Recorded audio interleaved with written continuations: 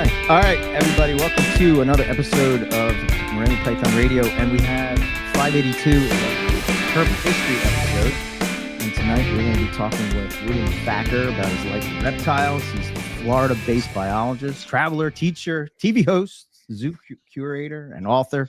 He has two series of books. One, The Chronicles of an Exotic Animal Cowboy, and then the Life Journals that gives a glimpse into the life of what it is to be an importer, exporter of animals. But we also have a special guest with us, the Snake Whisperer himself, Mr. Keith McPeak. Welcome, This Keith. is 2 weeks in a row for you, Keith. Yeah, like, are you bored? Like, do we, well, the Boa guys have been failing. Yeah, what's going on there? He's trying to make stuff happen. And are they not keeping you busy enough? Because they can fail me here. All right. Owen, do you have anything you want to mention before we get into it? Oak's Reptile Show is this Saturday. Actually, it would have been the past Saturday because it's going to come out on Tuesday. So if I saw you there, cool. If I didn't, try to find me next time. Okay, So, very good. There you go. All right, let's get into it. Welcome, Will. It's glad to have you on the Herp History episode. Herp History, we try to talk to the founders and the people that have been there through the history of herpetoculture and the study of reptiles and amphibians and all that fun stuff. And we like to sort of, make an audio stamp of that so that people can listen back and sort of have that years and years and years and years, hopefully from now. Very important, and I applaud what you're doing. Thank you. Yeah, thanks. Yeah. I guess this is the podcast version of old school herpers that Michael Berger does.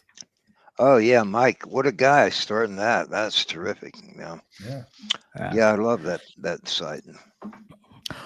So I guess we're just going to start at the beginning for you, Will. How did you get into reptiles? Tell us, like, those, how did your story start with reptiles?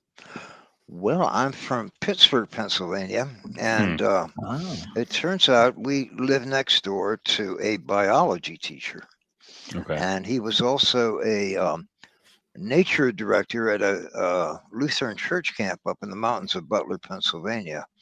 And, I remember going down in his basement, and he had a shelf right above the one of those old Ringer washers, and the shelf had like preserved tomatoes. And anyway, more to the point, he had a nice enclosure full of eastern Massasauga rattlesnakes that lit up the room with a happy purr. And he had a black rat snake. And I was 4 years old, and he invited me to hold the black rat snake, and that opened a portal to an entire world of delight and wonder, reptiles and amphibians. And also my mother's side of the family is from the mountains of western Pennsylvania, and we had a snake up there that I sort of cut my teeth on, and it was called a short-headed garter snake, Brachystoma. And I just couldn't wait to get up there every summer and collect those as a little kid, Yeah. Lots of fun. So what made you kind of pursue that as like a career opportunity? Well, sort of a number of things. I began trading snakes through the mail and through REA, Railway Express, when all that was legal, and traded with people like Terry Vandeventer, Howard Lawler, who was a curator at the Atlanta Zoo and later the Arizona Sonora Desert Museum. Well, I saw him in the Amazon in 2004. But at any rate, suddenly I was opening boxes. I'd get them from Mr. Canova down there at the old depot. I can see it now. And opening them up was sort of like opening a Christmas present, as you can imagine. And they had them in like old orange juice containers, the wax containers, so nothing would get crushed. And sometimes the rattlesnakes would have their rattles with some masking tape, so it didn't frighten too many people. And suddenly it was like herps that I'd only seen in my field guides, my Golden Guide and a couple other field guides, were right there in my bedroom, and I'd try to set them up, with some, different habitats.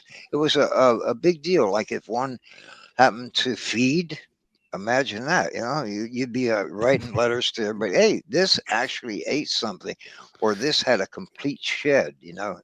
Those were big big items back then. Mhm. Uh, in the early days, this is in the early '60s, of course. 1960, by the way. Gotcha. Not 18. I don't think we're gonna get that confused, but it is good you clarified for that. Yeah. But Well, yeah, you get up in age.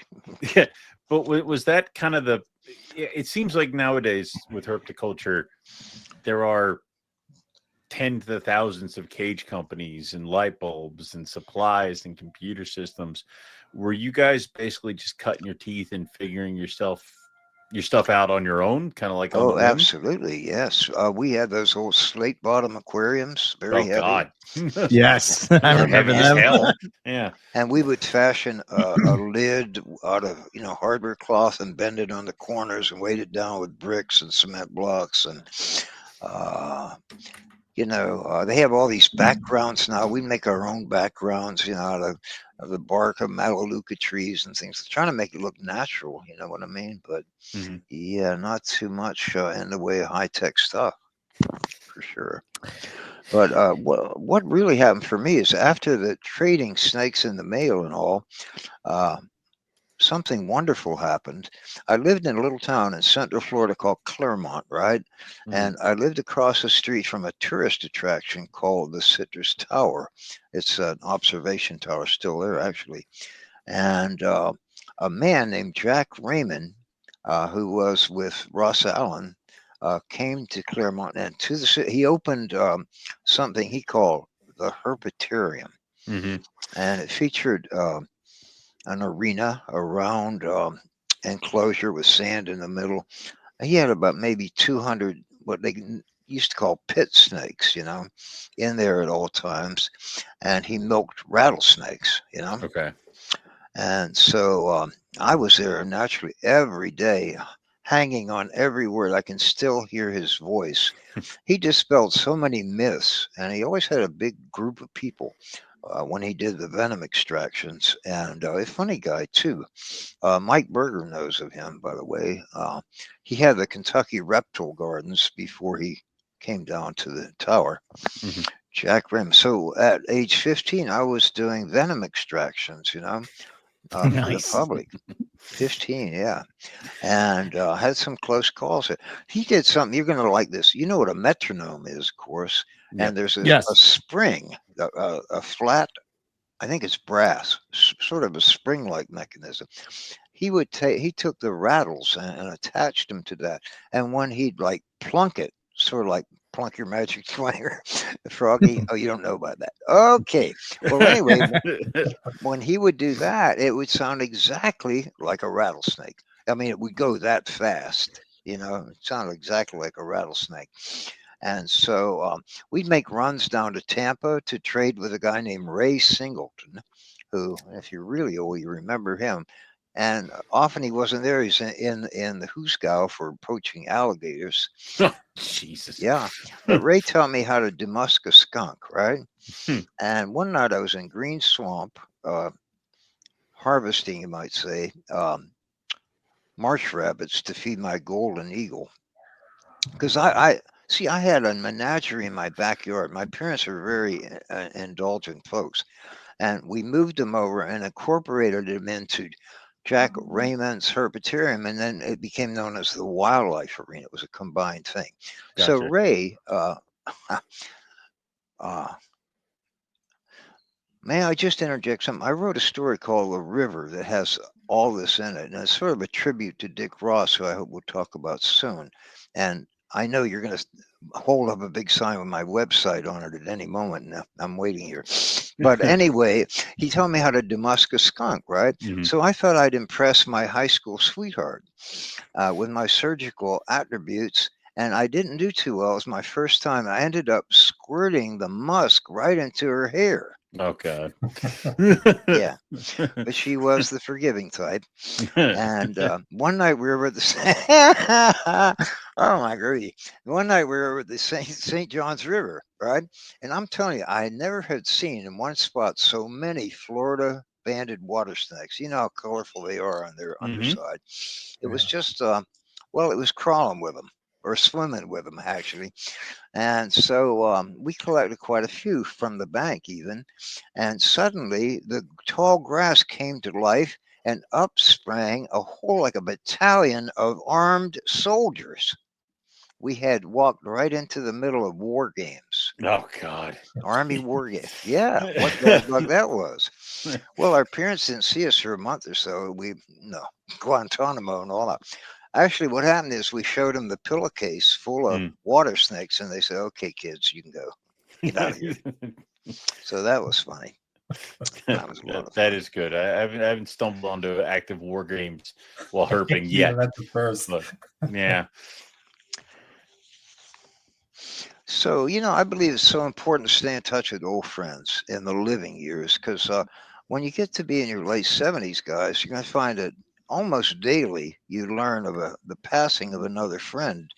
Not always in the herp community, but too often in the herp community. So recently we went down to see George Van Horn at his herpetarium, in fact, less than a week ago. And he's still doing, for most days, 2 venom extractions a day, to further medical research and the production of anavenine. I think he's working with the, what's that one that bit the guy recently and couldn't get the anavenom?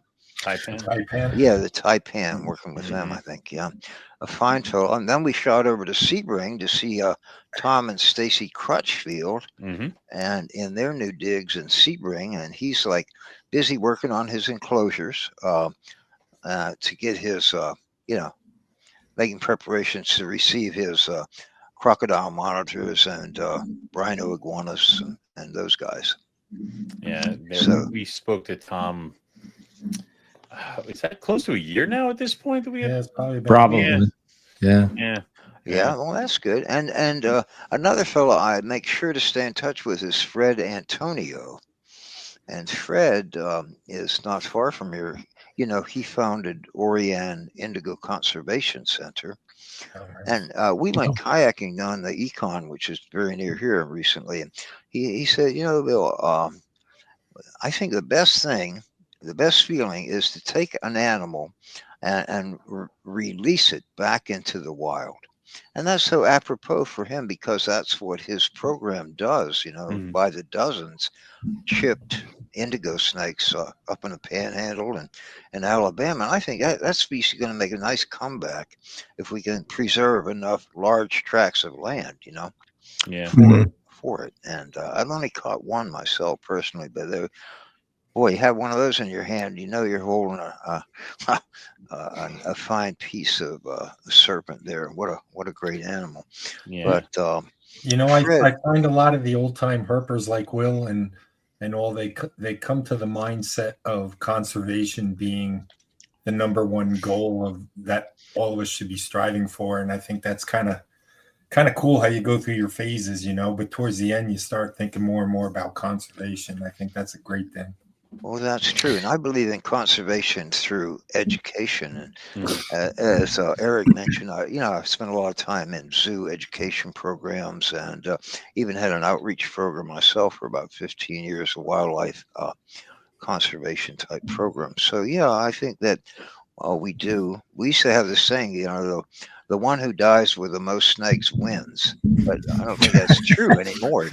I don't think. Thank God that's not true. There was a lot of over collecting, and I know that really rankled my friend Howard Lawler. He had a special name which we can't say, but for people that over collected species. And so anyway, that was then, and this is now, and it's a bright new tomorrow for all of us, really. Yeah. You mentioned conservation. One of the things herping.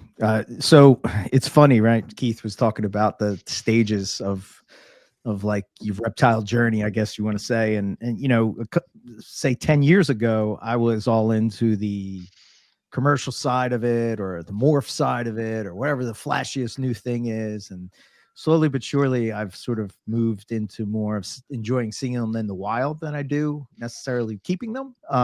It doesn't mean I still don't like to keep them, but I found that you know, we went on a trip to go find the pine snake in Florida, and the thing I could just stood out to me is like they're just ruining the environment. What is your feeling, I guess, of that? And what is your feeling of how the environment has shifted over the years that Oh, you've my been in the lands. wild? Well, that's a sad subject here in Florida as we see 1,000 new families moving here, every month, at Mhm. least every month, or maybe it's Right. every week. I forget the statistics, but it's horrendous. And overdevelopment is just a blight here in Central Florida. Thank God I live in a protected area here in the Black Hammock Wilderness area. And Mhm. Seminole County is very progressive in their keeping the land the way it used to be and needs to be. And I don't know. There must be a balance. There must be an answer. It's hard to put an economic incentive in the thing, especially when you're talking about reptiles, and not Mhm. exactly immensely popular with everyone. But Mhm. we have to do it, and by all means, let's just hope and pray that we can do it. It's just everywhere you look, there's bulldozers and piles of dirt and cut down trees, and it's just very, very sad and hard for an animal to make a go of it. Right. True. Yeah. Okay. Yeah. Sorry. I know that's kind of a sad topic, The but downer, yeah. it's definitely Yeah, that's something a that you big talk bummer about a there, little. Yeah, yeah. Way to go, Eric. It's Oh, like, man. it's Thanks, like 5 Eric. minutes in. Yeah, Jesus. All right. Boy, Let me that's a see. buzz Bring crusher it, bring there. it back somewhere. Yeah. Let me take it back for a minute because Okay. when you were talking about male and snakes, we've talked to quite a number of people on Herp History where they talk about how they used to send snakes in the mail. And I think for maybe our younger listeners or watchers or wherever they are now, maybe they'll have a better understanding of what does that mean? Like, how did you find people that you could trade a snake with? How did Okay. you, I Well, guess, it's a figure out network. like what you would trade it for? Like, Well, okay, so a young fellow would go out and catch up a bunch of, pine snakes. Not a bunch, but a few. Hardly ever an indigo snake, but maybe pines, hognose, waters, garters, whatever happens in the course of say a week. And Mhm. then once you found somebody like Howard Lawler in Tennessee, Howard would then give me the names of 4 of his friends, and I'd give Howard the name of 4 of my friends out west, for example, California or Arizona, for example. And so the network just continuously grew that way. And sometimes they'd be in cardboard boxes, which wasn't always good. And but more than likely, a flat wooden box with a masonite lid, I can still hear the nails squeaking as you're pulling them out. Well, let's see what's in here. And, I've had some weird shipments come in. I went to Miami to pick up a shipment from India, and I don't remember ordering a sloth bear, but there was like a 50-pound sloth bear, and I had it in the Volkswagen van, and it got out and As broke bears would open. do. Yeah. Yeah. It broke open the venomous snake container, and I had already unbagged them to see if they were all alive, and they're all crawling around, broken stuff in the back.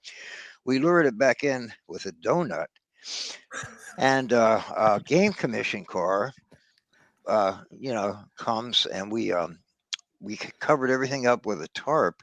And he said, what's going on, fellas? He said, we had a report of a dancing bear in the back of a van, some gypsies or something. And I said, well, we don't know anything about it. That's a strange story, officer. They went that way, officer. They Like, went yeah. that way. He said, Yeah. well, that's crazy. We had, I don't know if you heard what he said to us about the guy in Gainesville. His water monitor got loose a couple weeks ago, and that was me. And they called that the Gainesville Dragon. 6-foot water monitor chasing it all over Gainesville. Even Walter Cronkite reported on it, and that's the way it is. So that was unfortunate. Yeah. Wow. Yeah, dashed his way right out of the cage with his tail. Yeah. Oh, wow. I had a shipment anyway. The shipment from India. So the Fish and Wildlife was there, and they said, this was stopped in London, and they found a false bottom in the box. Now I'm holding my hands up in the air right now because I didn't honestly. didn't know anything about it. And they took out a pair of giant flying squirrels. This is Southman sent this, I didn't know, and they were critically endangered way back then too, in 1970. And he said, they took them to the London Zoo, and I almost said, and they enjoyed it so much. Next day, they took them to Buckingham Palace. Oh wow! I almost said that, but I didn't want to, cause it. Yeah. Let's not push it. Yeah. No, that's funny. I brought back some piranhas and oh god. You don't have to air this show, by the way. Oh yeah, we'll just like this is on the side. I brought back some piranhas and electric eels from the Amazon, right? And I had permits. I had from USDA. I had permits for the ichthyology department at the university. I went to school there in Gainesville, and golly. So every Tuesday, Lee Cruz, the game warden, would come by my store, which was called the Underground Zoo, by the way. It's sort of a psychedelic pet store. Gotcha. And we'd have coffee and talk. I had all the venomous stuff in the back room because I had this import-export company, wholesale to zoos and stuff also. Anyway, I said, Lee, come on by now. And I got the coffee going. I'm going to show you some actual fish. So, you won't mistake them for pacu or lookalike species. So he comes in, and but he doesn't arrive alone. It's like 3 carloads of game wardens, 3, and they had these 5-gallon buckets. So they proceeded to net them out and put them in these white buckets, right? And of formalin. And then he puts his hand on my shoulder, my old friend. We're still friends to this day, and we joke about it. He arrests me, and I spent the night in the where, Uzga, for having those fish, trying to be helpful. Oh wow! Misunderstood, Yeah. Just misunderstood guy. Jesus. I guess he thought something was fishy there. Well, a little bit. It just seems like you guys had a lot of fun with a lot of cool stuff. Yeah, we had I picked up I know this is not a reptile because I'm smart, it's a monkey. Picked one up in Miami, and it just was looking for a home. His name was Harry. And one of my customers was a fellow named Dr. LHS Van Meerop. Maybe you must have heard of Dr. Van Meerop. Yeah. He was into Burmese python Sure. physiology. Yeah. Okay. So he came in. I had collected a nice Brooks king snake down there on US 27, and he liked that. I had it displayed, get this, on glistening black gravel with a Grolux light, and you couldn't resist that snake. Sort of like the albino pine snake that was wild collected in Orlando, and I took it to Tampa and Joe. You ever hear of Joe Fossey? Well, he ended up buying it, and he bred it, and the offspring are still around. That's my hope, man, that some of this stock that I brought in is founder stock. It became founder stock for some breeding programs, and so I hope there's a little bit of good in it all. And that's kind of why we started this, because people were quoting names, but they had no idea that that's an actual person. Like you mentioned Van de Vetner. There's a Van de Vetner line of jungles. And I think we met a couple people who just assumed that was something somewhere. No. That was an actual person who founded the stock. Like, that's why we have these words, these names attached to things. And Terry's very dear to my heart because Gainesville is like Herp Central. The Wakahuta Road, you have 441 through Payne's Prairie. When it rained, after it rained, unfortunately, 441 was slick with roadkill snakes of various types. And the prairie was rich in eastern king snakes. They're not there now. And nobody seems to know exactly why they're not there. They just disappeared, and wasn't like over collecting. Maybe penistomes or, I don't know, fungus or something. Maybe they can be reintroduced. That'd be swell. That'd be great. But at any rate, so Terry would come down and see me, right? and I had, I had the shop and all. He'd crash at my place. That's the way it was back then. I needed a place to stay. I know. I He would sleep on the floor, right? Mhm. And I had this Nile crocodile that had outgrown his enclosure and could get over the sides of it. All during the night, I heard him. Darn crocodile, get away! I'm trying to sleep. I never told him till recently about the escaped coral snake. Oh God. Just recently, I told him about that. But he sent me a couple of beautiful Okatee corns. Mm. There's not many people who actually walk the fields of the Okatee Hunt Club, and that's just quite a feeling to be up there among other herpetologists, campfires, and seeing what's going on up there, Okatee. So he's a great guy, and we talk until this day. And he brought a friend of his, right, who got a little mixed up. We were in my hot room, and his friend, who I write about in the book Orinoco, by the way, thought that that my Goldie's tree cobra was an indigo snake, and almost let it out. Oh wow! That's a pretty big mistake there. Like Yes, yeah. Slight error. They're both shiny. That's about it. What a snake with that little knobby head and so active too. Mm-hmm. I got that through Jonathan Leakey. When Richard Ross and I went to India and Africa, we stayed with John Leakey, and that's in Otters on a Plain. We came across these otters in a market. Should I just talk? You want to ask a question? No, I'm go sorry. ahead. No. We're love this. Okay, Yeah. so we're go for in Calcutta, right? Yeah. And a guy named Vivian Salzman was an animal dealer. He's the guy that sent the flying squirrels, by the way. Okay, And, in the false bottom, right? Yeah. Mr. Okay. False Bottom himself. Who would think? But anyway, so a man came to visit him, a German named Heine Demmer. And this is a famous guy. This is the guy. Oh, look, everybody. Yeah. This is the guy that brought the first panda bear to the United States. And the U.S. government turned that plane around and said, Red China, no thanks. Get that animal out of the United States. So he did. But anyway, he was there to collect the giant gaur, which is the largest of the cattle. Huge animals, So one night, we're out there looking for him because he was going to capture him for zoos. And we saw nothing. It's the middle of the night. And suddenly the grass began to move, and we saw these animals rise up.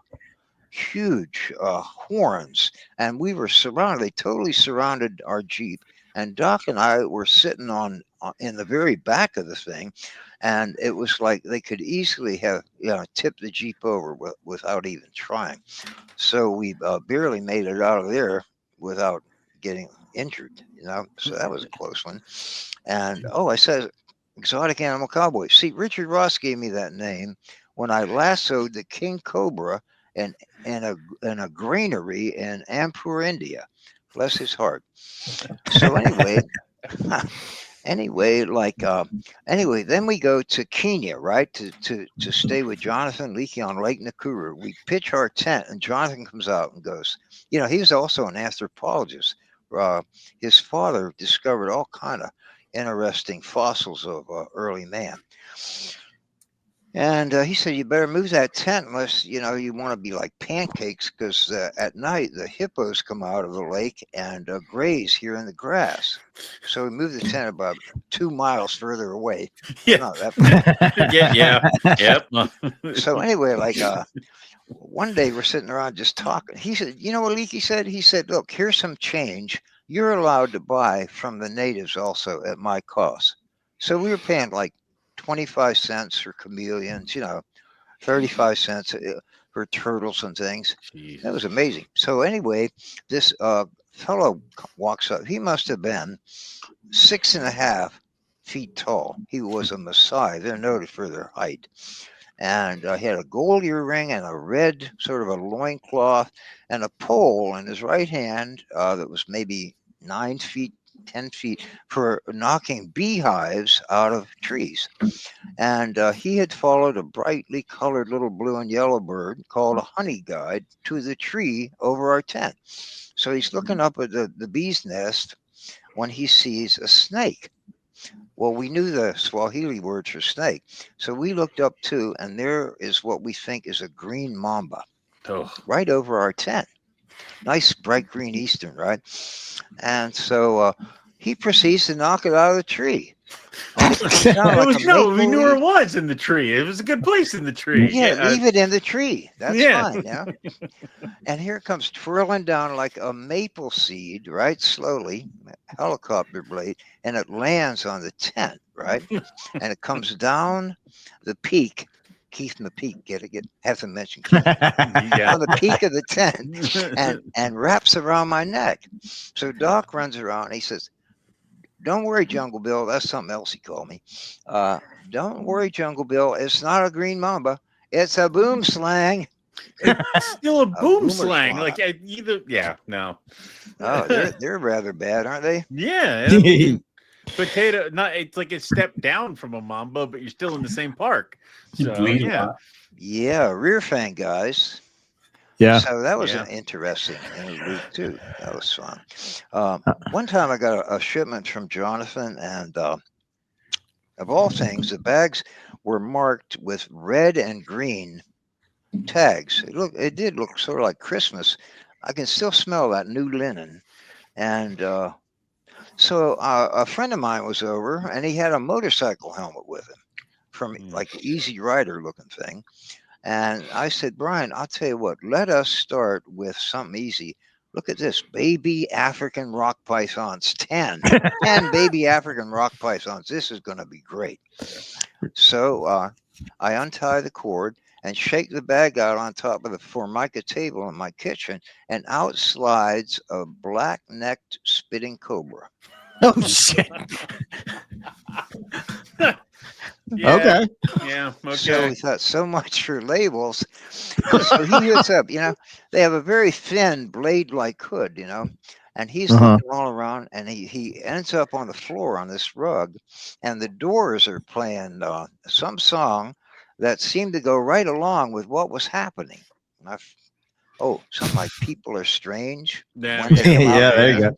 That would do Yeah. it. Brian throws me his motorcycle. I have it right here on the shelf, looking at it, and he goes, "Here, put this on." As soon as I put it on, it just right across horizontal bar of golden venom, and they're singing "When It Rains," and it's like rain coming down. Oh, That was a treat too. Oh wow. Yeah. Jesus. Once I was in my hot room in Gainesville, and I was feeding the Jameson's mambas. And if you know Okay. mambas, they're black and a couple kinds of green, but the Jameson Sure. is especially squirrely. It makes the others look almost like they're asleep. Okay, it's not that bad. No, For a but mamba. seriously, guys. Yeah. So I'm putting in these little baby peeps. I'm throwing them in, and I didn't have a shift box and a guillotine door. Okay. Nor did I have a telephone in the room. Nor did I have antivenom in the room. All I had was me and the little birds and a bunch of snakes. And one of the mambas came out like a spear, went right over my shoulder and landed between me and the door. Oh I wow. thought, well, is that right? And so I got my pilstrums, and I always had them padded with a little foam rubber. I picked them up, and I slung him the length of the room, maybe 25 feet to the far end and up. And I grabbed the doorknob, and I thought I was seeing things. He was back that fast. They're the fastest snake with the It's a fastest mamba. acting venom. Yeah. And luckily, I Wow. was wearing bell bottoms, as was the rage back in the early 70s. And he's chewing on the denim, and it's turning dark from the venom. Oh right? my God. And I go, okay, let's try this again. And 3 times I threw him back, and 3 times he returned to chew. And then I sort of, really lost it. I was so scared that I was in shock. I thought I was dying there. Yeah. And then when I came to my senses, I looked down at the floor, and there's this S-shaped, sort of like bone and muscle and blood and scales, and a big S shape going on and on and on. Like a sigmoid curve or something. I had killed it with a 2x4, smashed it to death. Oh, I hate to tell you that, but it was him or me. yeah. Yeah. Yeah. Yeah, Wow. it really was, and I was Yeah. all alone. But that's the story on that one. Wow. That that reminds me when my dad used to keep venomous back in the 80s, and he had some kind of pit viper of some sort, and I saw him over there working in the cage, and then next thing I know, he's just sitting on the step, just like shaking his head, and he just like it just whizzed by his hand, like it took a strike at him, and it just missed him. What kind of snake was that? It was some type of pit viper. I don't remember, And it like a just tree pit missed him. viper or something. They called it Oh. a purple spotted pit viper. I don't. Herpio maculatus. Sure. Oh, That's there you go. what it Oh, is. there you go. All right.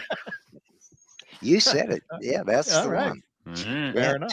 a tenth of a second, it takes him to strike. Yeah. It's Holy crazy. cow. I get bit too often to mess with anything that is We don't let Owen dangerous. play. We Yeah. don't let Owen play with sharp Yeah, I don't things. got I have false water cobra, and that's as far as I can go. After that, I cannot be trusted. I hear So, you, man. yeah. I hear you. So you're talking about he's a favorite of ours because he's written what we call the Blue Bible. Owen and I and Keith too. We're Python people at heart. Well, maybe Keith's an all-around snake Keith's guy at everything. heart. He had like fancy chickens. Yeah. Yeah. So yeah. Me and We had Owen are Rich Python on the people. show too. Yeah. Yeah. Yeah. Dr. Ross came on shortly before he passed, which was awesome. So that was fun. Well, to have him on. that's how I heard about Morelia Radio. He said, Jungle Bill, I'm going to be on this Morelia Radio Herp History thing. And I did tune in for that, and I enjoyed it. And again, Yeah. you guys are doing such a very, very good service for, well, the history. I mean, I grew up idolizing the likes of Frank Buck, reading his book, Raymond Ditmars, Yeah. people like that. And now it's time, the next generation is coming in, and you guys are saving all the goodies from this, whatever generation we are, X or no, what are we, baby boomers? Remember? Yeah, I guess. Yeah. Baby That boom would be it. slingers. We got all of them here. We got baby boomers, Gen X, and Owen is a millennial, I guess, right? Unfortunately, yes, I do fall into that category. Yeah. I fought it hard, but it's apparently I'm in there. He's a Gen X at heart. Yeah. He's not really a I was millennial. born in '86, and I refused to go with the millennials, but apparently that's where I belong. Okay, God, fair enough. it's rough. I gotta tell you, I gotta have time out and have a sip of beer. Root No, beer, that Yeah, is. go I'm ahead. holding it up. I Barb's mean- root beer. Oh man, Wet Nothing the but old the best. whistle. I mean, Keith's gotten drunk on our show before, so it's Only the holiday show. only on the holiday show. Yeah. Wow. So okay. I met Richard Ross on a flight from out of Miami to Leticia, Colombia, right?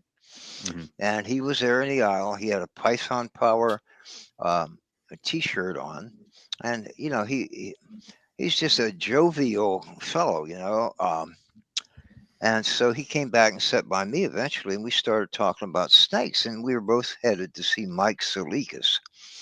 Mike Salikas was a Greek fella from Tarpon Springs, Florida. He had an exhibit and also a business, called the Tarpon Zoo. And he was arrested, late in his life for smuggling. He was accused of smuggling cocaine in one of the shipments, but he maintained his innocence until his death. He got out of prison, served 25 years, got out of prison before he passed away. But, Doc was telling me about that. I didn't know about that. Wow. And so anyway, we go to Bogota, right, to stay before we continue on to Leticia. And I said, Doc, it's sort of chilly in here, isn't it? And he goes, chilly? That's further south.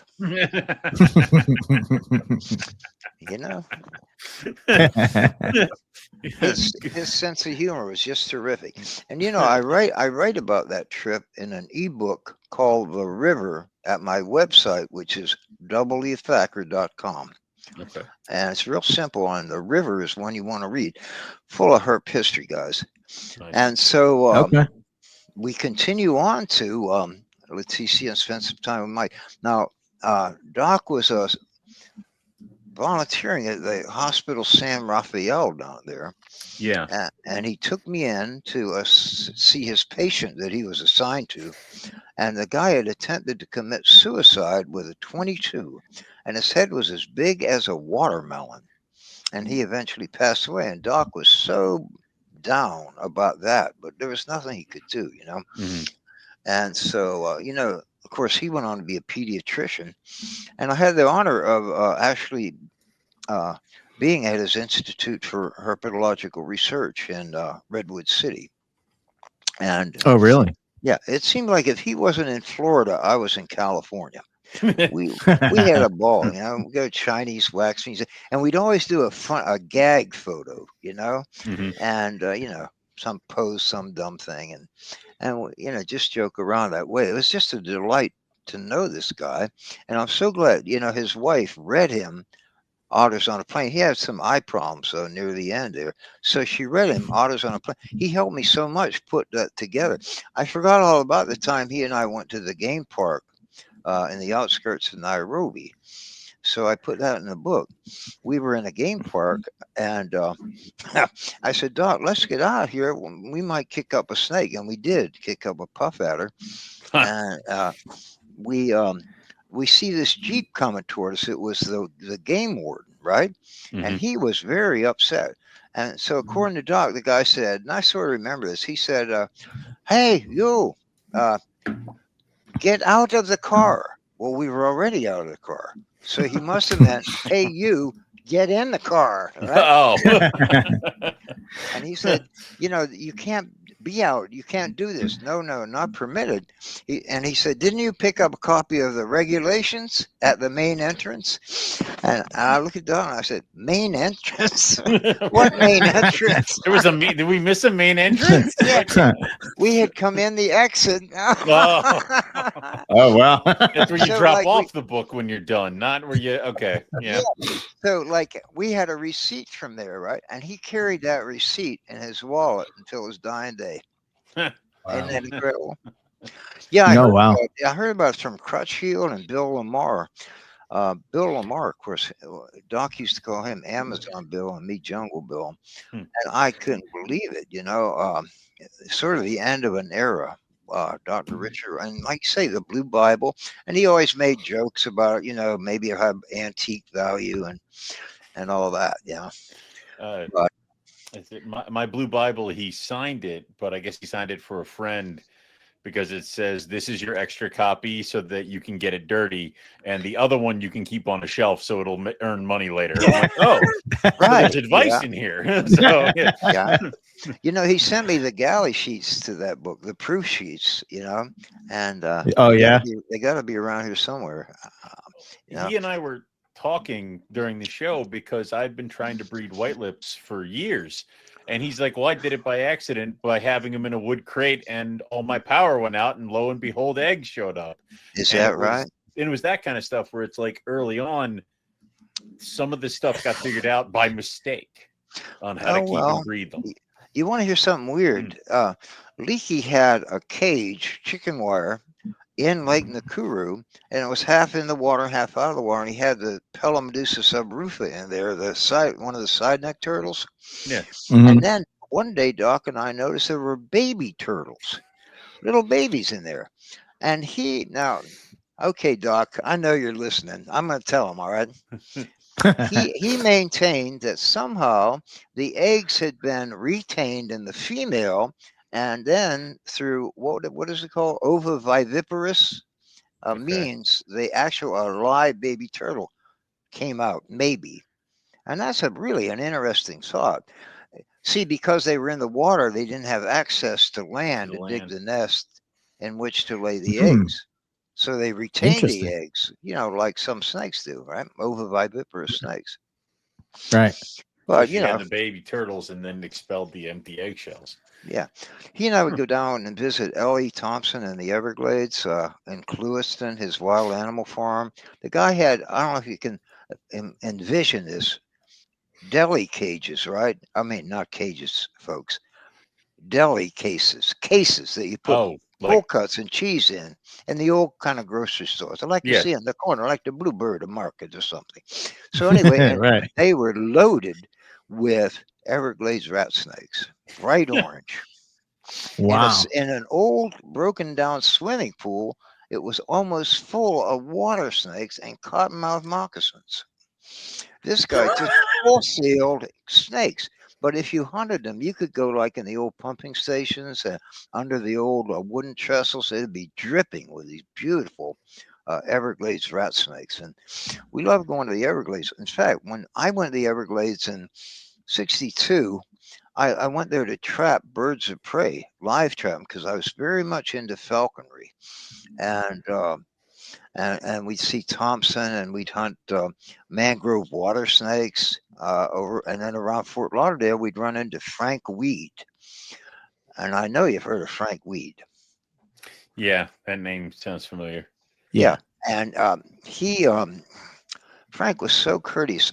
He lived on Flamingo Road, and he'd say, "Okay, boys, just go across the street now." And there'd be these Australian pine trees and all the needles over sugar sand. And all you had to do is move a couple of things and come up with the most beautiful scarlet king snakes ever. Mm. You know, just a lot of them. And Frank at the time was working on a movie, and it was a B movie. It was probably about a C or a D movie, actually. and it was called The Death Curse of Tartu. Subtitle: Children Shouldn't Play with Dead Things. What the? Yeah. Wow. And, honest to God. And then he had this overstuffed Western Diamondback rattlesnakes coiled up on his kitchen table, and that was the star of the show, right? You just move it around like a puppet, I guess. I don't know. I sort of lost the whole plot line somewhere in there between scarlet king snakes. But even his son, Frank Jr., passed away recently. So ain't that just the way it goes? Oh, Frank Weed. Yep. If you think I'm name dropping here, you're right. And that's because the people are paying me to mention their daggum name on your show. Oh, okay. Yeah. I'm glad you're getting paid. That's good. Yeah. Yeah. Somebody getting paid here. Look out. Keith owes us so much money at this point. One day we will collect. But how much do I owe you for flashing the book cover up there? it's fine. We'll Couple figure bucks? that out later. You know. Okay, we'll send me a He's bill. prepaid with boas that he gave to me. So yeah. Hey, you know Speaking what? of boas. Yeah. Oh, go ahead. No, speaking of boas, you're right, Eric. His favorite snake, Dick's favorite snake, was a red-tailed boa. Yeah. Isn't that something? I mean, I it's think hard the to get multi appreciation for Guyana's. Yeah. Beautiful, yeah. He got rid of his snakes right before he passed away. And he had toucans also, you know. He sort of Keith, knew did you? that, you know, what? I was gonna say, Keith, did you say you helped them breed? What did you say? No, I got him towards the end. He wanted one big natural display cage, and he was looking for Guyana boas, and Ari put him in touch with me. Yeah. And Right. I found him through Rob Christian. So Rob got him like handpicked 3 real nice. He wanted nice, normal looking Guyana. Is that where those came from? Yeah. And Seriously? so I hooked him up with Rob. He got those, and I think he had a pair of diamond pythons from Tom Crutchfield in the same cage with him. Yeah. No he kidding. sure liked diamond pythons. Yeah. I think everybody likes diamond pythons. I do. Yeah. I got a friend who needs to breed me some. You know. Yeah. Well, about us. Well, obviously, we're called Morelia Python Radio because we're quite fond of carpet pythons and Australian wildlife. Everything else. Yeah. He brought back some, I think, black-headed pythons from Australia. Well, we're fond of them too. And and what ringed pythons? Is something called a ringed python? Yes. I know. Doc was. He told us once that he had like a briefcase full of Bismarck ring pythons. Yeah. And somebody was talking about plants, and they was like, "Oh yeah, no, this is snakes," and the guy's like, "Oh," it's like so. Yeah, and then the guy pulls out socks full of orchids. Yeah. Right. Yeah. Yes, that was the story. Yeah. Talking out of school, I get a little bit on that one. But you know, hey, if some of these snakes aren't brought in by any means, there wouldn't be any breeder stock. Yeah. Sure. Yeah. Not read the book about it can't hurt to bring in a few for breeders. So that's where I am. No. That's where I come down on that one. So, any other famous names? I recently talked to Louis Porras, Crutchfield, Tom, and went to see them and Stacy. Did I tell you that? We went to see Tom and Stacy. Yeah, yeah. Okay. At the new place. And Yeah. because I'm very forgetful. Now, where am I again? Oh, yes. So, Who are you people? Yeah. Louis Porras worked at Bill Chase's. Now, Bill Chase was one of several I'd have to say, warehouses in Miami, Hialeah. There was Blue Ribbon Pets was one. Gators of Miami. And you could go in honestly and get just about anything in the way of animals, and you didn't have to be a zoo or anything. And it was a great way to have something in your collection, if you know what I mean, and that you maybe couldn't afford otherwise. I went in there once, and Bill had an emerald tree boa. Oh. So somehow the animal grabbed my hand, and their teeth, right? They Yeah. got big ones. And so Doc put a pen in his upper jaw and one in his lower jaw to pry his jaws apart. And so he just gets them apart when I didn't even have time to slide my hand out before he let go, and it bit me again. So, Yeah. sorry, young Bill. That's the way it goes. And Now, those his sister, fish hooks. here's a little known fact. His sister was an artist, and she painted under the name Gloria Cloud. I met his parents in Manhattan. He got snakes from Ray Singleton too. His first snake was a yellow rat snake. Hmm. Do you know, about a year and a half ago, I was writing in my bedroom / office sort of thing. And you know how your eyes track as you're moving? Your eyes track the ground.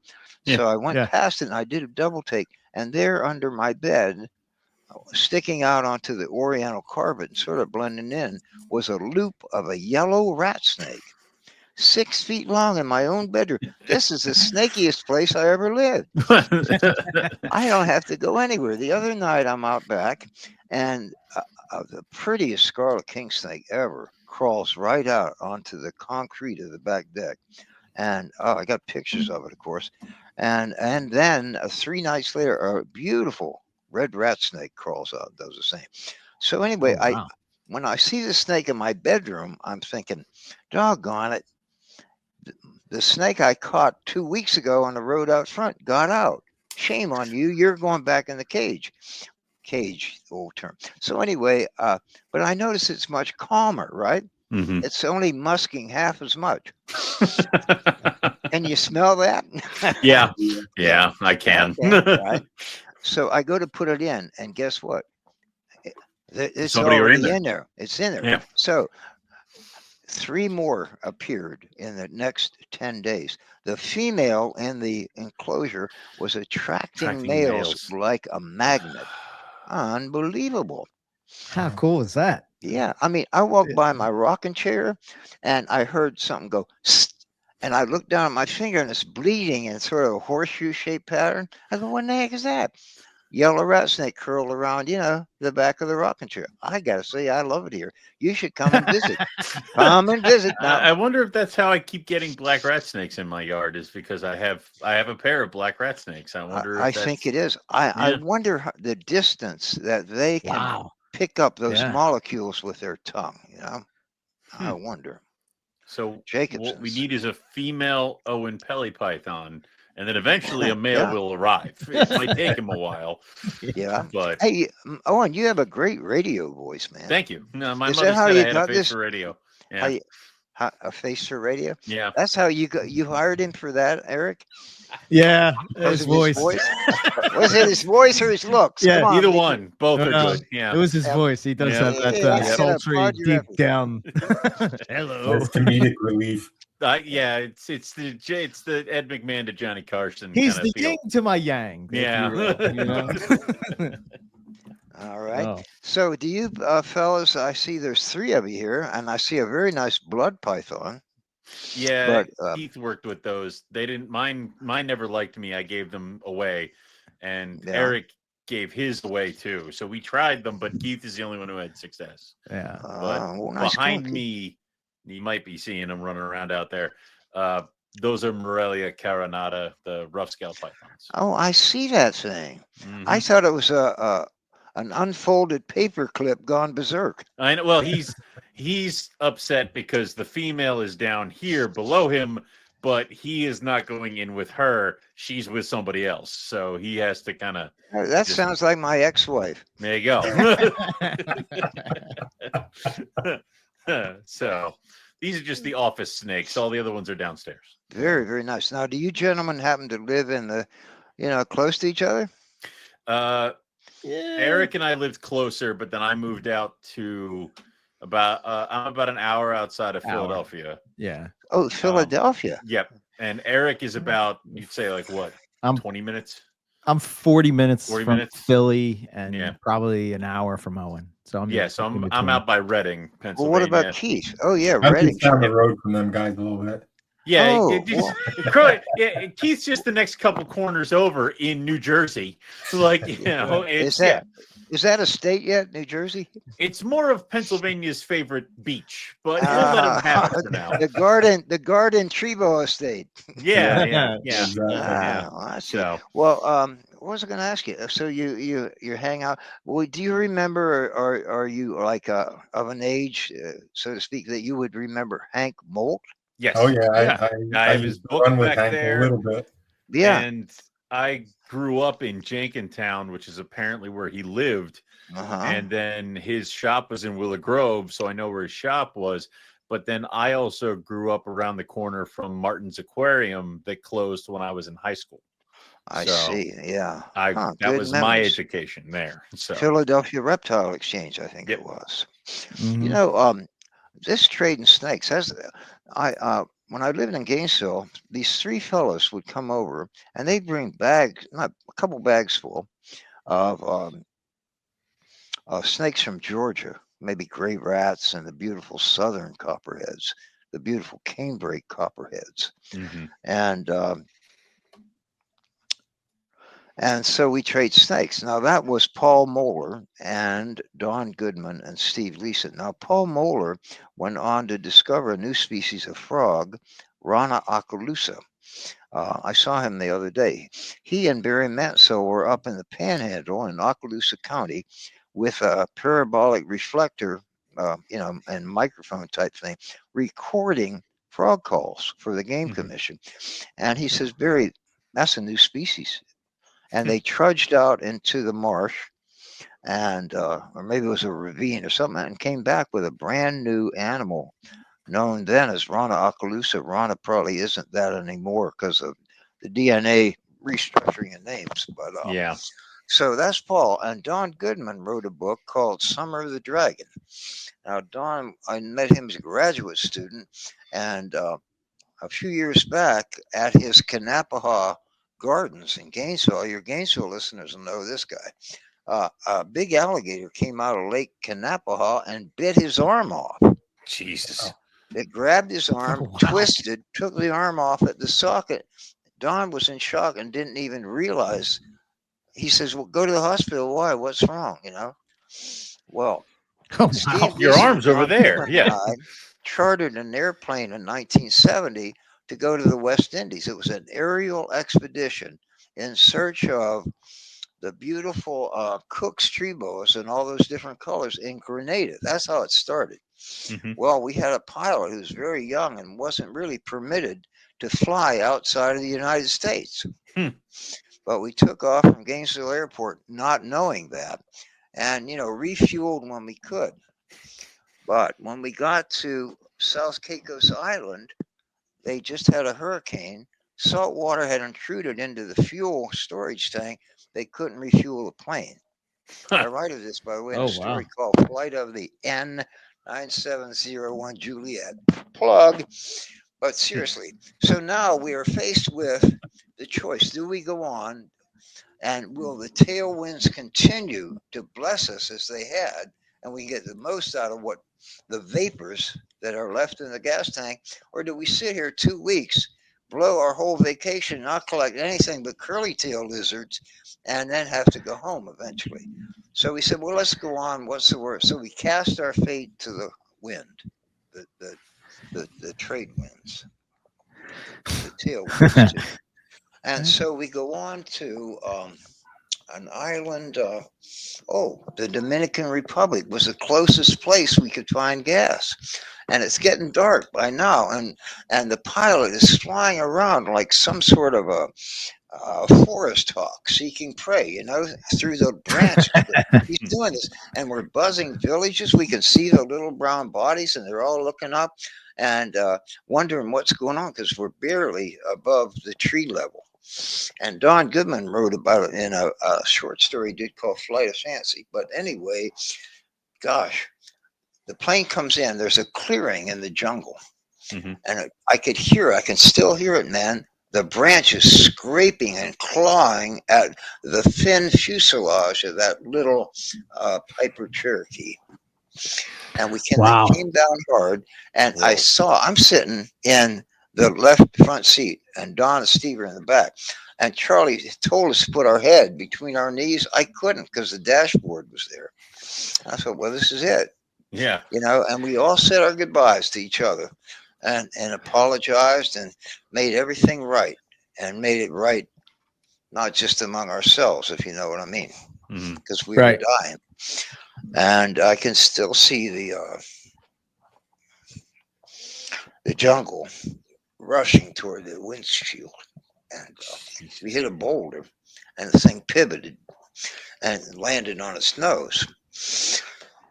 And we climbed out, and I kissed the ground. And man, we were very emotional. It was dark by then, and we hear voices coming out of the jungle, 360 degrees. And I thought, thank God, the friendly villagers are here, maybe to invite us to a luau or something. It was the Dominican army, armed. They threw us into prison, into a fortress dungeon for 3 days incommunicado. Nobody knew where we were. We had brought armadillos, raccoons, snakes of all types to trade. So finally, when we do get out of jail, we trade with the Dominican zoo for those nice mountain boas, the red-faced mountain boas. Yes, and the I Asian do. boas and tarantulas, and we're having a fine old time.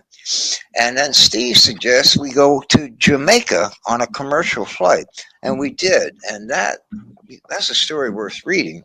It's in Orinoco, and we brought back one of the first Jamaican boas ever to enter the United States. Oh, wow. And also the $5 your way. $5 more your way. What the There heck? we go. There's 4 stories in here. There's we went to the Orinoco Basin, and they had a problem with a crocodile that had been harpooned by skin hunters and couldn't hunt for itself the right way anymore. And we, over a course of a long, long time, got that harpoon out and treated the crocodile because it had turned man-eater, but not really. I mean, that was disputed. I'm never sure it ate anybody, really. Okay. And that's the crocodile. And then the importer and the flight of is in there, too. Look at that. Well, thank you. There you go. So anyway, Yeah. maybe one of the first rhino iguanas. And get a load of this. We dealt with a fellow who had a lot of Jamaican boas. And of all things, his name was Friday. The island, Robinson Crusoe, the island guy. Mm-hmm. And he had shoes. He was, I think, 7.5 feet tall. Gigantism ran in his family. They had to make their own clothes and probably never found suitable shoes to wear. They were just giants. A genetic situation, not like the Maasai. Like the Maasai, but not as frequently that tall among the Caucasians. So that was an interesting trip. So how are we doing? Time for popcorn yet, or what? I mean, it's however you want to play it and however you want to feel it out. So, but Keith, did you have any questions you wanted to make sure got in here? You've been quiet, just listening, kind of soaking it all in. Who, me? Yeah. Oh, yeah. No, I love these stories.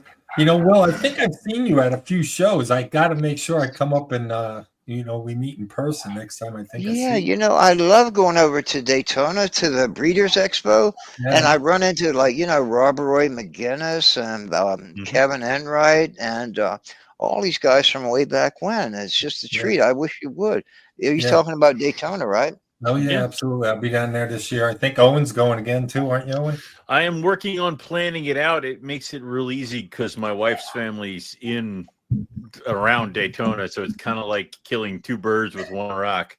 You know, they have the family stuff, and then I can run around and buy snakes and make Keith drive them back home for me. Yeah. So yeah. Hey, that'd be terrific to see you guys in person. That'd be wonderful. And I got to make Eric do it this year. Hey, Yeah, I might go too. You better, or you're going to get in trouble with me, Eric. You better be there. Now There you go. Get with it, just Done. because you're the Fair captain enough. of the ship. Yeah. We were talking about Fred Antonio and his Orion. Here's how thoughtful this guy is. There's a famous man named Wilfred T. Neal. Tell me you've heard of it. He's the guy that named the Everglades rat snake for his buddy Ross Allen. He named it Ross Allen. Wilfred T. Neal. He was in a retirement facility on the west coast of Florida. Fred would go down and pick him up and bring him back to Central Florida herp meetings to talk to the youngsters. Isn't that wonderful? That's cool. Wow. That is heartwarming. I got to tell you. Yeah, I like that. Yeah. I'll tell you, that Fred better pony up some money for all this plugs I'm giving. The circle. You gotta get paid. We gotta get it's gotta go around. Yeah. Hey, you know what? In September, my buddy Jeffrey Blair Abbott, he's we sort of found each other on Facebook because you know who used to live in Oviedo here? Peter Pritchard. Peter was my buddy. He was always the first to come to check out the shipment. He loved those big-headed turtles and the spiny turtles and those Asiatic types. And Peter had his office on campus in Gainesville, right across from Archie Carr. I hope you heard of him, right? Dr. Carr? No. Oh, okay. Well, that's fine because we're hearing about it now and it's getting recorded. And Dr. Carr was his major professor. He and Marjorie lived out in Micanopy, Florida. And he was a famous herpetologist. But anyway, we went up in September to the Swanee River basin, I guess you'd say, and hunted with Jim Peters and a fellow named Jim Ellis. And conditions were right, barometric pressure right, and we came across a slew of cool animals. Cane brakes, the little dusky pygmies were mating. Mating back then. And there you go. I got all excited when I saw that. I got to tell you, it was almost weird. Not really, but and so it's this camaraderie, this brotherhood of herpers that we come from all of these varied backgrounds in real life. The way we make a living or where we go to church or, what our other hobbies are, very different, very eclectic. But then when we come together, like at the Breeders' Expo, it's on, you can feel the vibes, and age really doesn't have anything to do with it. Really, no. It's just wonderful. It's fun to have that kind of stuff where you have stuff in common with people that you probably would have never met or never had any kind of interaction with. Herp trip. I mean, the camaraderie on the herp trip it's a lifelong bond, once you've done something like that. When it's 3 a.m. and you're loopy because you've been looking for snakes all day, and you just start laughing at each other's just insanity. And you've seen all these fan belts along the road. There's one fan belt. Oh my! It's a stick. It's that whole thing. Yep. Yeah. Will, one of the questions I did have that I've been kind of wanting to ask you is, like, back then communication was by phone or writing. Would you just go to another country? Drums, you forgot. Yeah, and drums or smoke signals.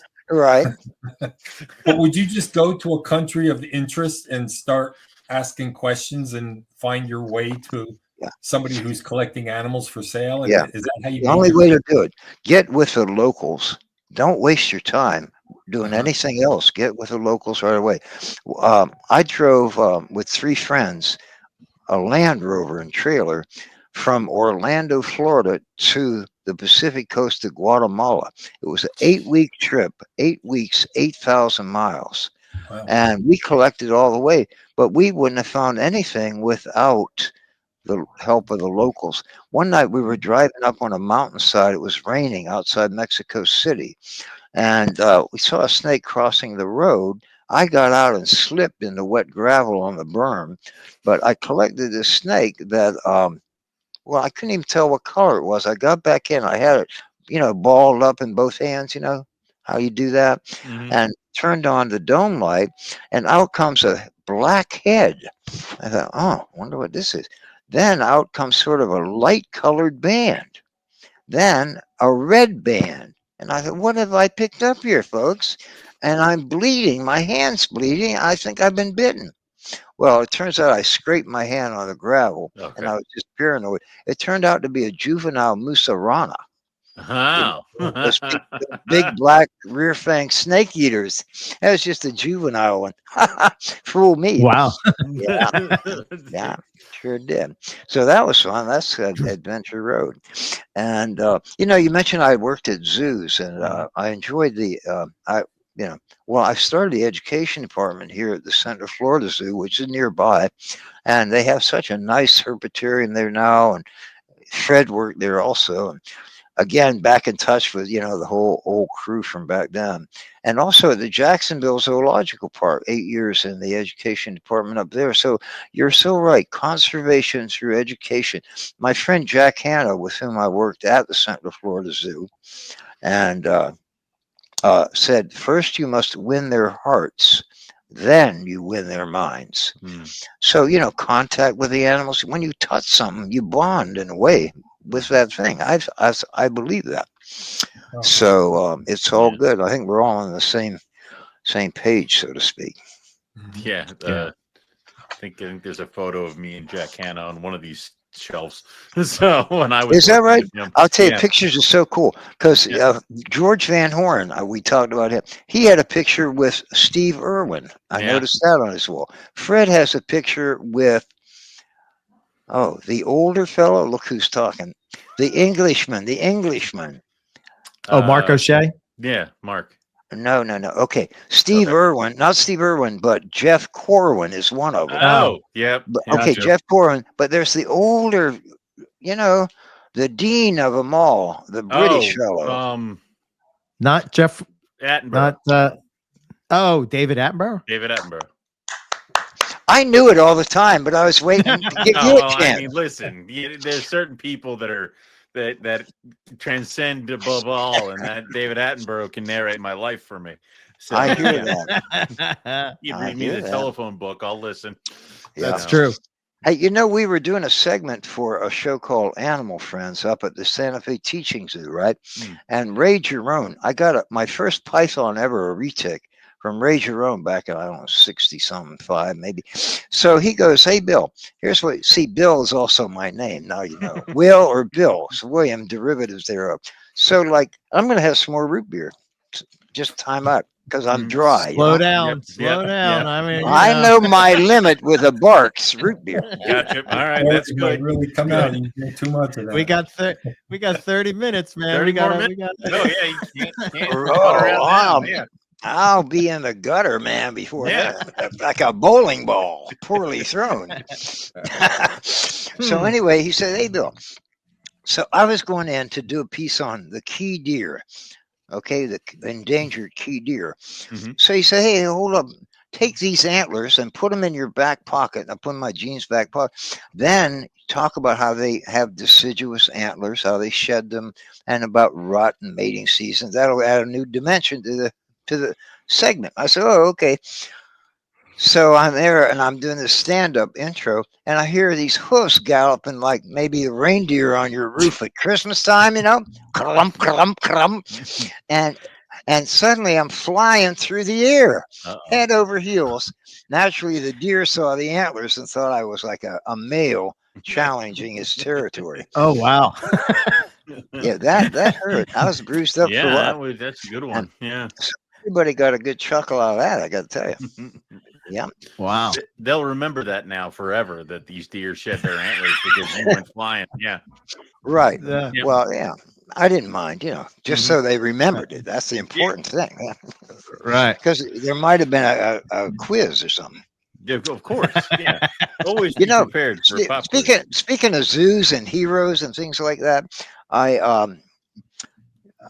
know with in the case of George Van Horn and also a guy Mhm. named Carl Barden, Bill Haast of the Miami Serpentarium, Mm-hmm. he's it. He was it, and they patterned their lives after him. So it's important to know how it, the depth of the impression people make on our young souls, you might say, by interacting with them. I always was a big fan of Marlon Perkins. He had Wild Kingdom, and I was Mhm. just amazed when I met him at a zoo convention in St. Louis. It was terrific.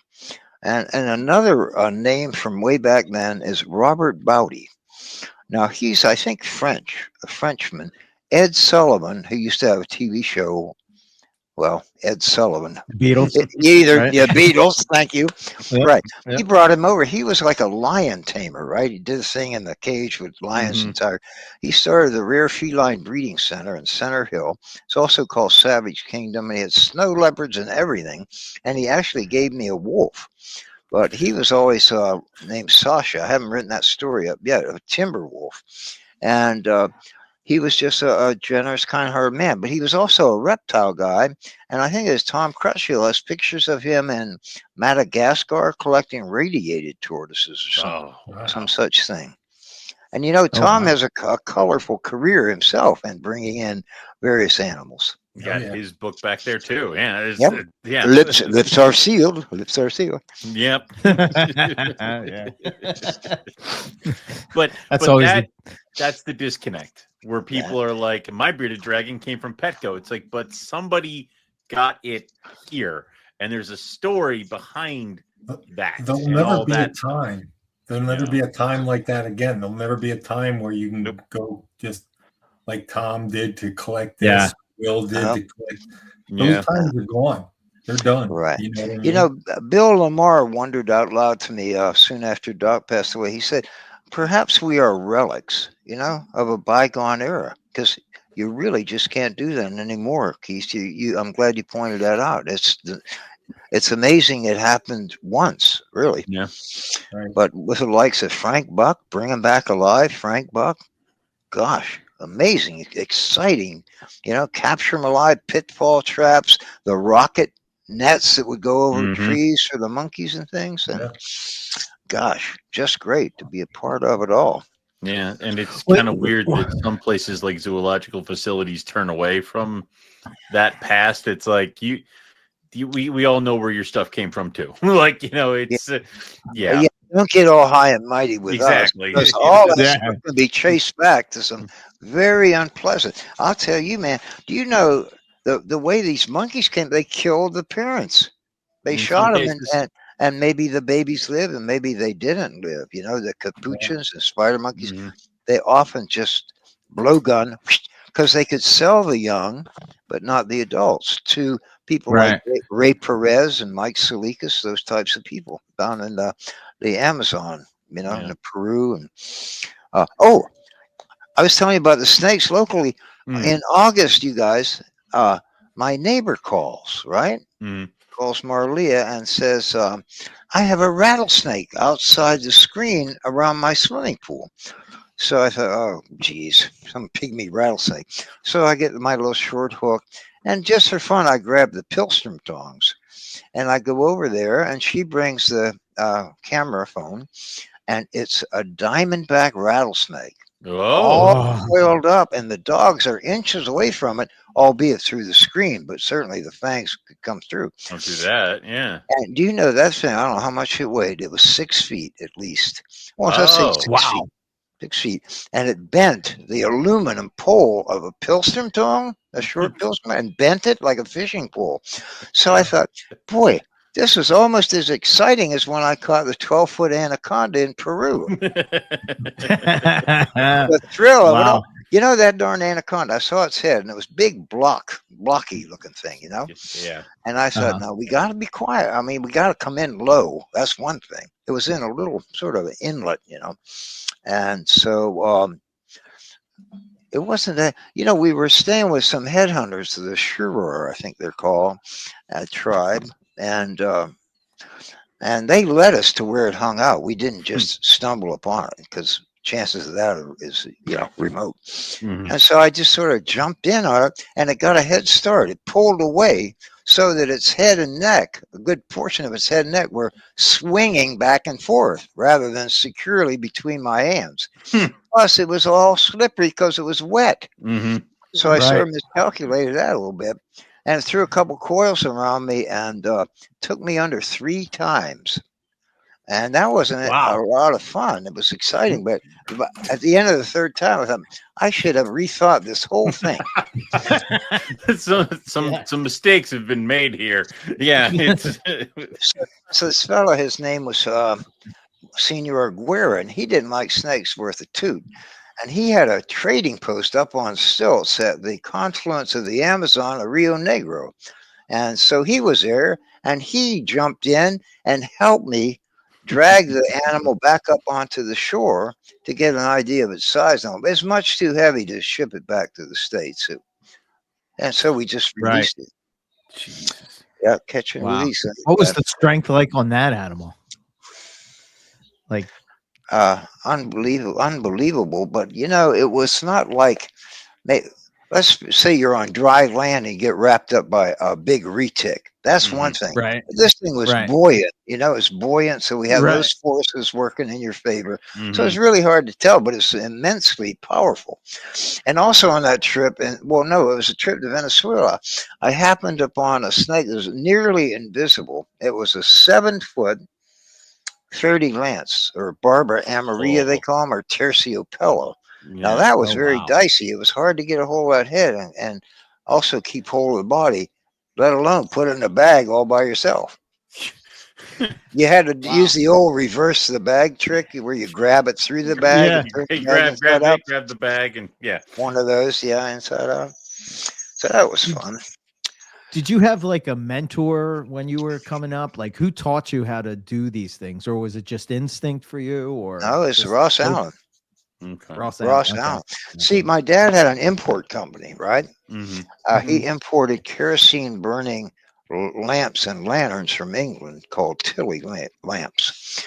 And so that attracted, it was in his office and warehouses that I met Colonel Flowers, Major Herschel Flowers, who was with the Instituto, what is it called down there in San Jose? That famous. So anyway, it was a venom lab, and Okay. I went down there, saw the horses being injected with the They make the venom. crofab venom, anti-venom. Yeah, I think Okay. that's right. And gosh, it's terrible. I cannot remember. Can't you Google? Can you Google the? Do you have internet there? Yep. What is it? It's the Venom Institute in San Jose, Costa Rica.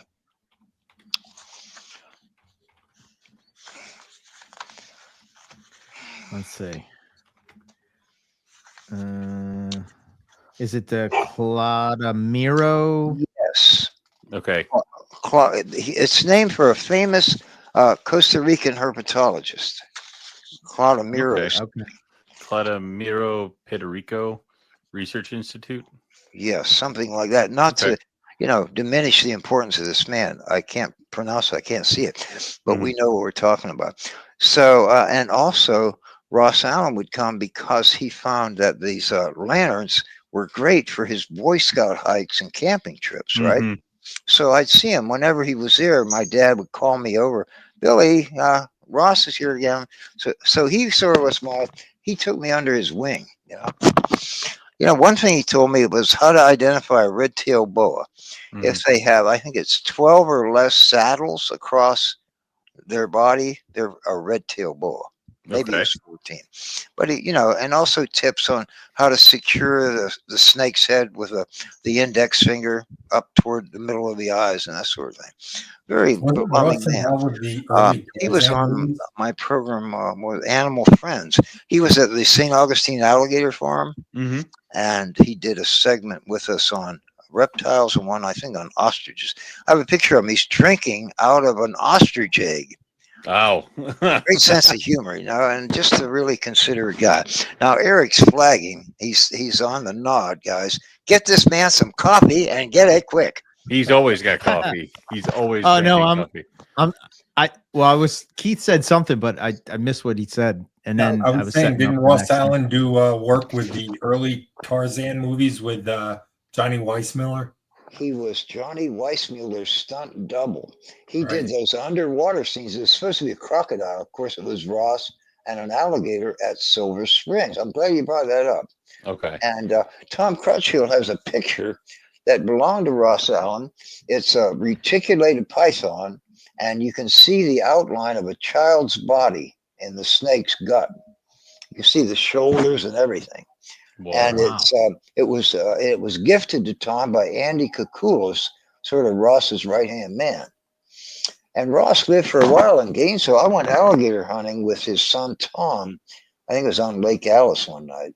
Caught a couple of nice sized alligators, and I caught a nice sized American crocodile in the Panama Canal.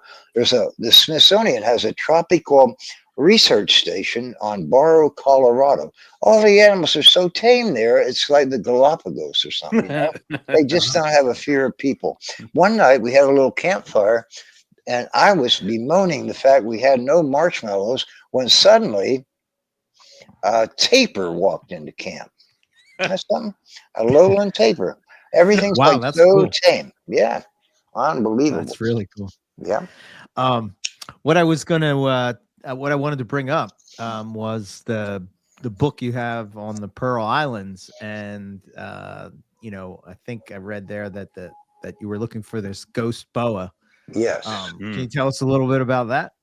Yes, this is the first story that we took from my journals and turned into sort of something readable. You know what I mean? Instead of notes. And I went with my late friend Bruce Davis, and for I think, 15 days or so, we rode on horseback across the isthmus, and we were being sponsored by the State Museum of Florida, looking for variations in color and pattern in the harlequin frog and the strawberry frog.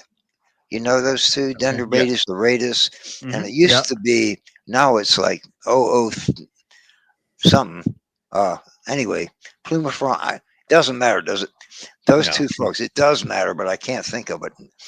And so anyway, were really saddle sore by the time we got to Balboa, and we were seeing incredible things all the way across the isthmus. And then we got to Balboa, and we found lodging for our horses, and we took a launch to Saboga Island in search of the ghost boa. Well, we're in the middle of the island, and it's dark. Oh, my battery's running low. Ooh. That could be bad. So anyway, real quick, we didn't have the compass, right? And we're totally lost. And you know what an acacia plant is? Those giant thorns that are hollow and filled with ants. Well, we're all scraped up from those, and all bitten up by ants, and all bitten up by mosquitoes. I remember fish-eating bats are flying over this little freshwater pond, and we have no idea. So I say, Bruce, if we walk in one direction, we're going to hit a coastline. If we keep walking, we're going to intersect our camp. Let's go. We walked all night long. The portion of coastline we came upon was strewn with big, giant boulders, sharp and covered with those barnacle things. Wow. So we are being sliced up and down, but we had no choice but to keep going. And sometimes in life, when things are tough for me, I think back to the shoreline of Saboga Island. You just keep going, and it'll get better eventually. Just keep going. So we finally came to camp, and it turns out that high tide had come and gone. Our tent was filled with sand, and our camera equipment was wrecked, thus no pictures of anything, and no boa at all. So as the sun's coming up, Bruce is asleep on the sandy sleeping bag, and I go wading into the Pacific. It's like glass, and it's crystal clear, and the sun is coming up beautifully. I start splashing to get the mud and lots of blood out of the cuts, and they felt good, salt water in those cuts and cleanse them and all that. But my eyes, I can hardly see from the salt water. But one thing I did see was a huge dorsal fin break the surface of the water right in front of me. And it was coming straight at me, relentless. And as it got closer, I could see its little tiny eyes, that sharp nose of theirs. And I knew what it was, a tiger shark. And I think they're second only to the great white in terms of attack.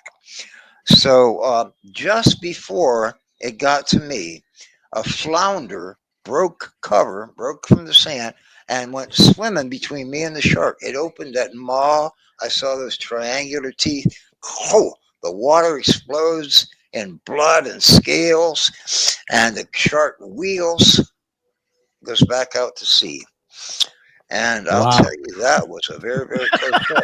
So when the guy picks us up in the boat, he says, "Oh, senores, I forget to tell you, don't go in the water in the morning. That's when the tiger shark cruises the beach for, munchies or leftovers." Little late there, pal, but thank you. Yeah. Jesus. That was a close call. So you never found the boa? Never found a Saboga Island boa, but I sure wish we had. I guess there's some in captivity and they're breeding somewhere. Yeah. I hope. No? Vin Russo has them, right? Yeah. Oh, look at that. There it is. Yep. Oh, Yep. beautiful, beautiful, beautiful. Nice going. Oh, hey, this is a pretty classy show you got Thank here. you. This better be after 13 years, I wondered, this is better than Johnny Carson, man. Does that make Owen Ed McMahon? I've said that for years. Okay. Is that right? Ed You are McMahon. correct, Oh, my Yep. God, Owen. That's crazy. Right.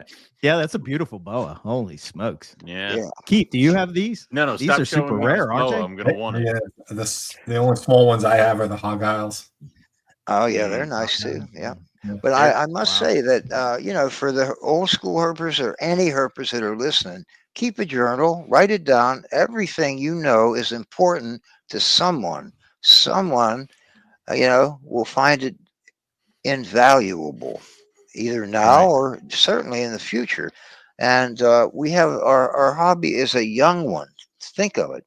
It's a young, and it's still blooming, and we're all part of that process of seeing it to fruition. And your program is such a vital part of that, and chronicling, making a chronicle of it. And before we leave, I want to thank my partners at EAC Books, Joanne Lawler, Valerie Proctor, and Steve Duncan for being on board with our meager and meek publishing efforts. And thank you, guys. Totally. That'll be $5 each from you. Yeah. Is there a place where people can go if they want to try to find all your books that you have, or is it just kind of at this point on Amazon? The website is WThacker, THACKER.com. Yeah, the links to all that will be in the show notes. Be in the show notes so people can come in. Oh, wonderful. Oh, gee. Over. Yep. This is great. I appreciate it. Yeah. WThacker.com. Check it out. Just visit the website. It's fun. Nice pictures and stuff. Yeah. And there's more to come. I'm working on a story now called Robert Was a Lion, and that'll become part of Gainesville Tales, which will become our 4th paperback sometime in the coming year. So that's the inside scoop on that. First to know, by the way. Oh, cool. Okay.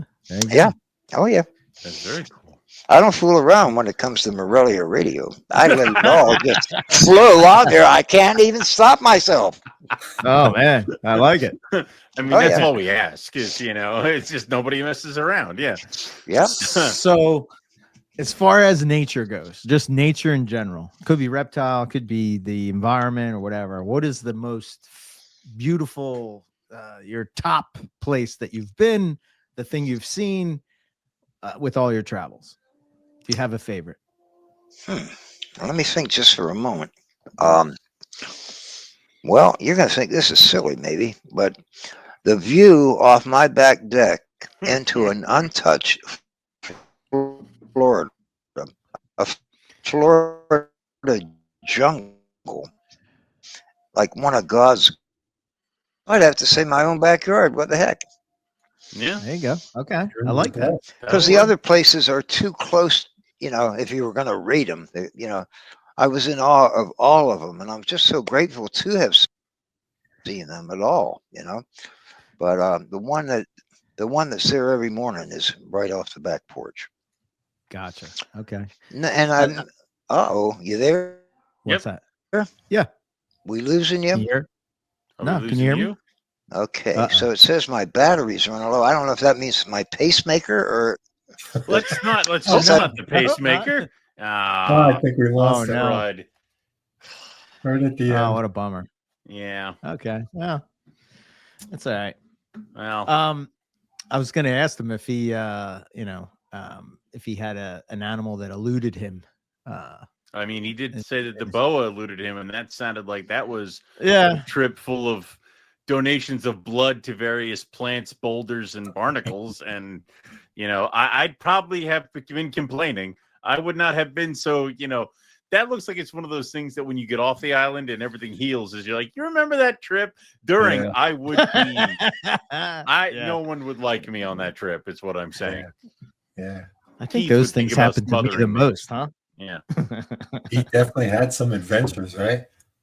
But that's Yeah, the man. thing is that, like, what they were talking about, it's like a bygone era. Like you, me, and Eric cannot jump on a plane, go to an island, grab as many animals as we can, Right. shove them in a bag, and get them back here legally. Like, Right. you know, and I think of the balls that it takes to do that, man. Because, like, I mean, You have you're going to a nothing. place where you don't. There's no. It's not like you can Google the place and there's like an Airbnb that you can stay Right. at. It's like you're it's not going like there's to an like app these that remote shows you islands where all these Who people will that know found what the you're gonna animal do? before you go. Yeah. Yeah, You could do all Yeah. that in Goose Egg. yeah, And then you could do all that, bring the animal home, and then it won't eat and it dies. And it's like, what are we doing? Now, yeah. I will say his books are pretty. What is that? I don't know. Can you What hear you that? looking at? Oh, you can't hear that? No. Must be just something. I don't know.